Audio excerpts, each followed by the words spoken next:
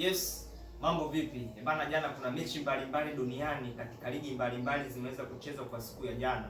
Sasa mimi leo nakwenda kukutajia matokeo ya timu kubwa 4 zilizoweza kucheza kwa siku ya jana. Nitaanza na mechi ambayo imetazamwa na watu wengi kwa siku ya jana. Mechi hii ni mechi ya Chelsea dhidi ya Liverpool. Mechi hii iliweza kutamatika kwa Chelsea kupata ushindi wa bao 2-1.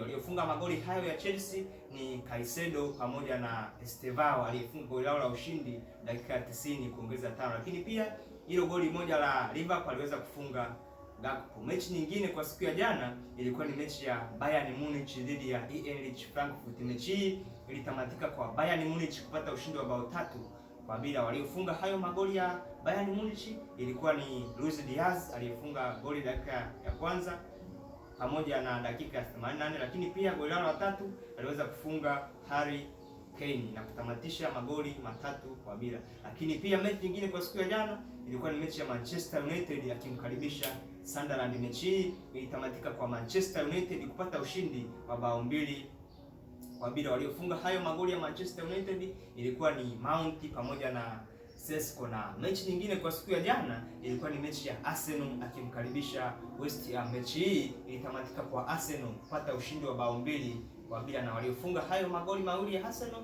ilikuwa ni Declan Rice pamoja na Bukayo Saka.